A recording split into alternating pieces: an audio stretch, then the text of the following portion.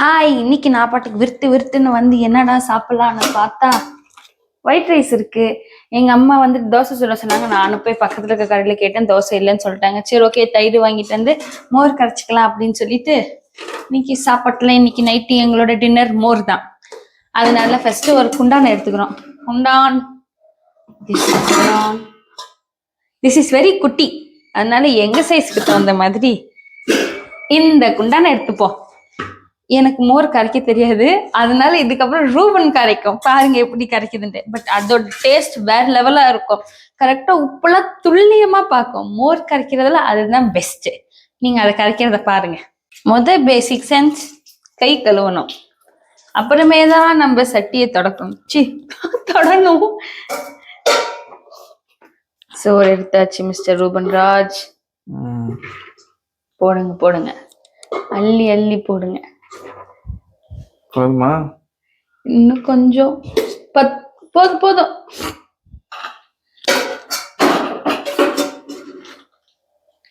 கத்திரிக்கோள் அவர் வாயில கிழிக்க மாட்டாரு, கத்திரிக்கோள் தேடுவார் அவரு.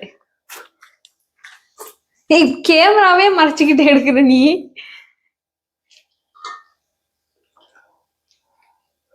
முதலில் சோறை போட்ட பிறகு தயிரை ஆட் பண்ணவும், பிறகு இன்னொரு தயிரையும் ஆட் பண்ணவும்.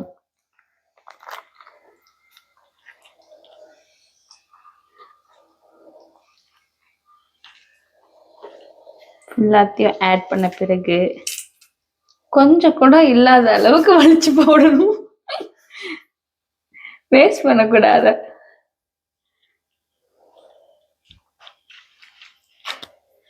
பிறகு கை கழுவுறோம்.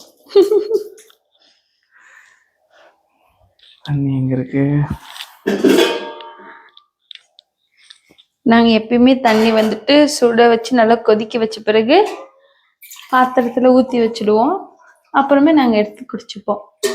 சுட வச்ச தண்ணி தான் ஆறின பிறகு. அப்புறம் உப்புக்கு பதில் சர்க்கரை தூக்கிறாத. போய் போடு, டேஸ்ட் பண்ணி பார்க்க வேண்டியதுதான். உப்பு அதிகமா போச்சுன்னா தண்ணி ஊத்தணும், தண்ணி அதிகமா போச்சுன்னா உப்பு போடணும், அப்புறம் சோறு கலக்கணும்.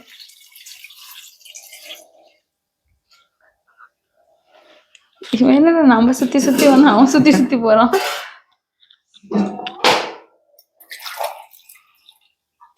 தண்ணி பத்தவள்ளி.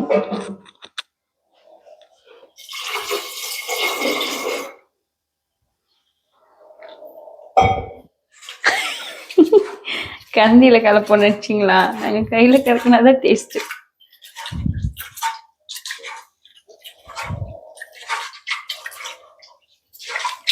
கலக் லைட்டா அப்படியே நசுக்கி விட்டு கலந்தோம்னா இன்னும் நல்லா இருக்கும்.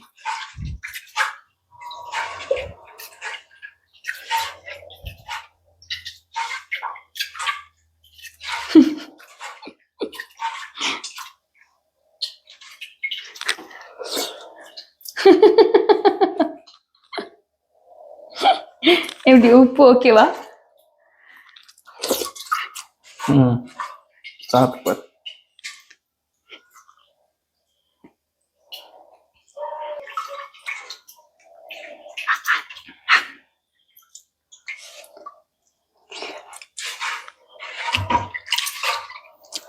இதுக்கு அப்புறம் நம்ம சைட் டிஷ் ரெடி.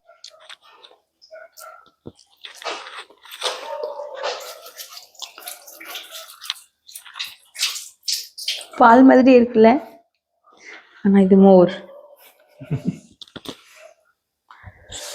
இப்போ சைட் டிஷ் ரெடி பண்ணலாம். இதுக்கு தேவையான சைட் டிஷ் என்னன்னா வெங்காயம் டேஸ்டா இருக்கும். அதுவும் சின்ன வெங்காயத்தை காணும், அதான் தேடுறேன். வெயிட் பண்ணுங்க, சின்ன வெங்காயத்தை எடுத்துட்டு வரேன்.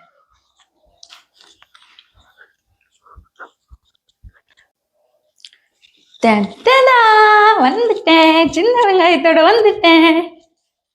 ஒரு 4 சின்ன வெங்காயம் தான். அப்புறம் கத்தி எடுப்போம், தோலை உரிப்போம்.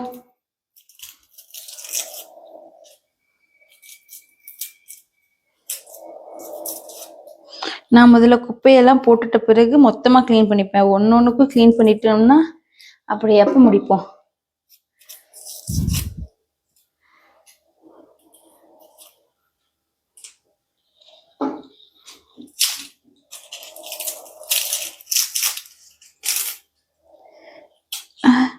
வர மாட்டேங்குது.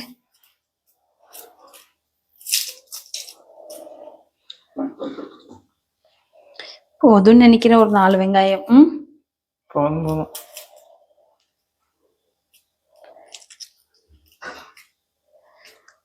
4 வெங்காயம் போதும். இதுக்கப்புறமே ஒரு பிளேட்ல எடுத்து வெங்காயத்தை வைக்கிறோம். அப்புறமே கொஞ்சம் சிப்ஸ் இருக்கு. எங்க லட்சு பாப்பாவோட மிச்ச சிப்ஸ்.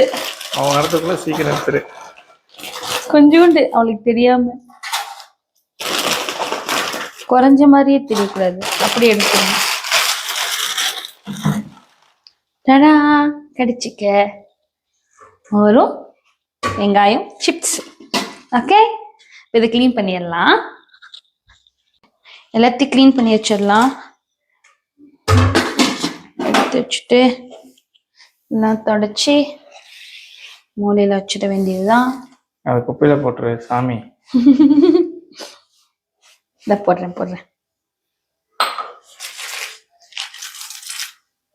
டஸ்ட்பின்ல த்ரோ பண்ணிட்டு ஒரு பீஸ்ஃபுல்லா உட்காந்து சாப்பிடலாம். இல்லைங்க, தூக்கி போட்டு.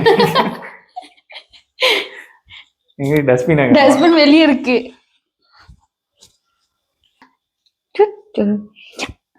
வச்சுக்கு முன்னாடி வந்தானா அவ்வளவுதான். வாங்க இப்ப போய் சாப்பிடலாம்.